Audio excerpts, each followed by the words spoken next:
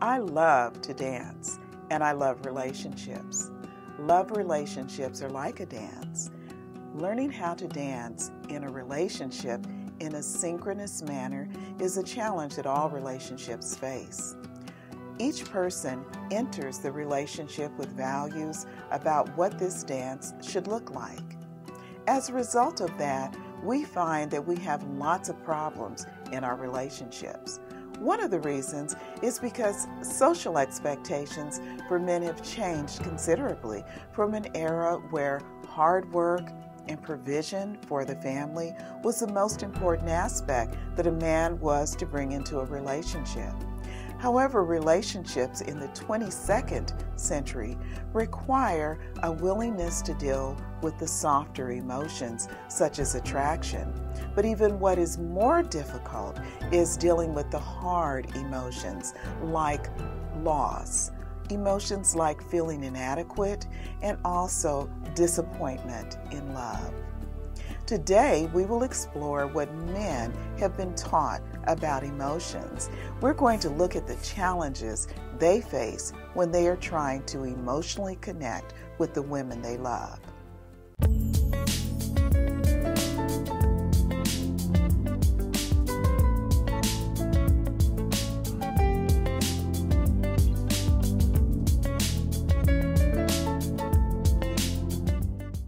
Welcome to Straight Talk with Dr. T. I'm Dr. Barbara Tobias-Holtz. I am a licensed clinical psychologist, and I'm the CEO of New Perspectives Psychotherapy and Consulting, located in Camp Springs, Maryland. For the next few minutes, we're going to explore a subject many men don't feel comfortable discussing. That's right, we're going to talk about emotions. So let's have some straight talk, man to man, connecting off the basketball court. To help with this discussion, I'm joined by our Associate Director, Dr. Rayshone Hodges. Welcome, Dr. Hodges. Hello, Dr. Tobias. Hello. And we're joined by a recent graduate from the Relationship Academy, Tony. Welcome, Tony. How you doing, Dr. T, Dr. Hodges? We're glad you're here. Thank you. The Relationship Academy is a 16-week course that's offered at New Perspective Psychotherapy and Consulting, and Tony graduated from that course with flying colors. Through this course, Tony and other graduates of the Academy, both men and women, explore the history of their own relationships and how this history gives meaning to every relationship they have been in.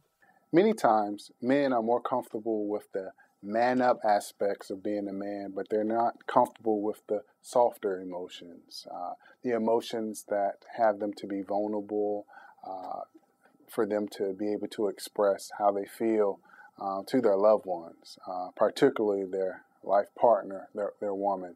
What we will be doing tonight, we'll be discussing with Tony, one of our star graduates of the Relationship Academy, about his vulnerable feelings and what it takes for him to really show up in relationships and to be present with his partner.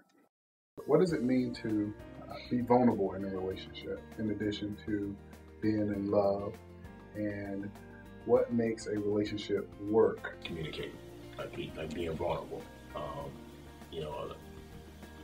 basically like volunteering, what's up here in our heads, making our thinking known to our wives and then to our mates, letting them know what we're thinking about, what our plans are, how we really feel about decisions that we've made. A lot of times if you feel that if you communicate your emotions to your mate or to your spouse, they have the ability of remembering and bring that back on you. So that's when you really start to feel vulnerable. Because it's like, okay, yeah, I know what I said, how I was feeling, but you're gonna remember that. Yeah. So we try to keep that real down low so that it don't come back to bite us. I think for men, okay, and I know for me that for most of my life I considered talking about feelings as being feminine, not a masculine thing. Right.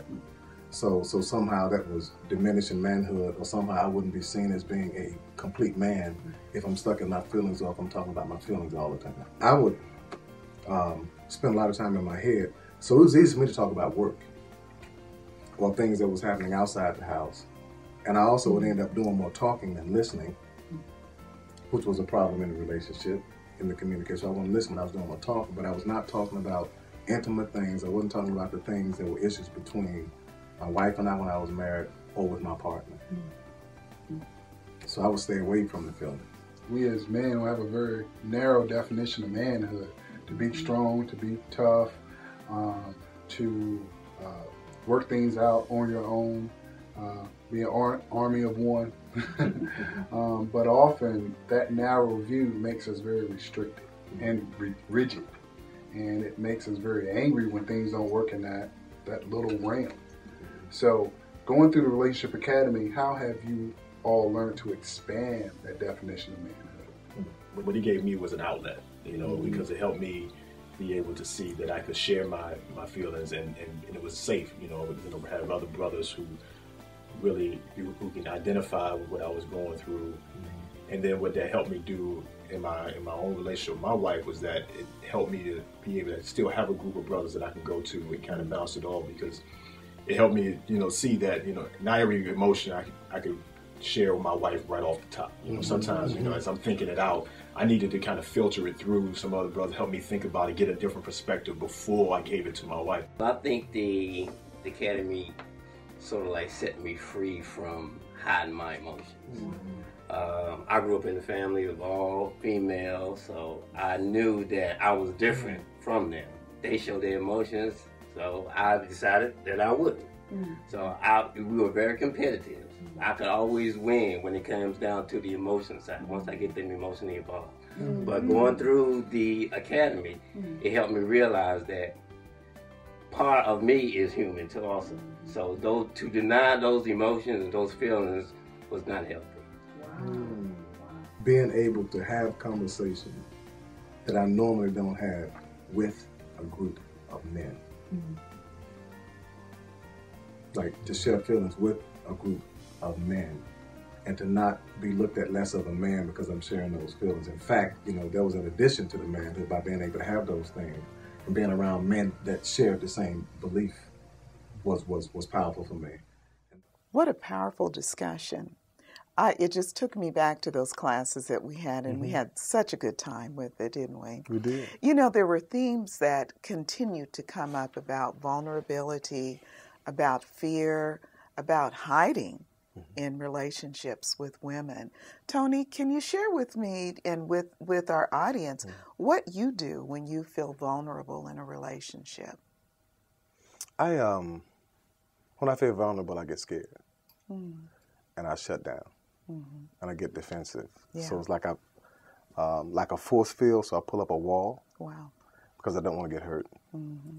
And I pretend like I'm not hurt and that I'm not scared. So that's the first thing. I don't acknowledge it. And I just, sometimes I hope it goes away. Most of the time I don't explain what's going on with me, so that leaves the person I'm in a relationship with wondering what is going on. And I just get very, very defended. Yeah. And I back up and I try to think my way out of it.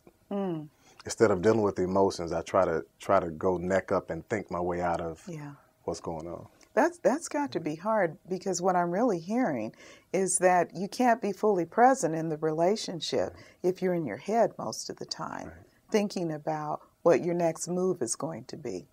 Yeah. How has that worked for you?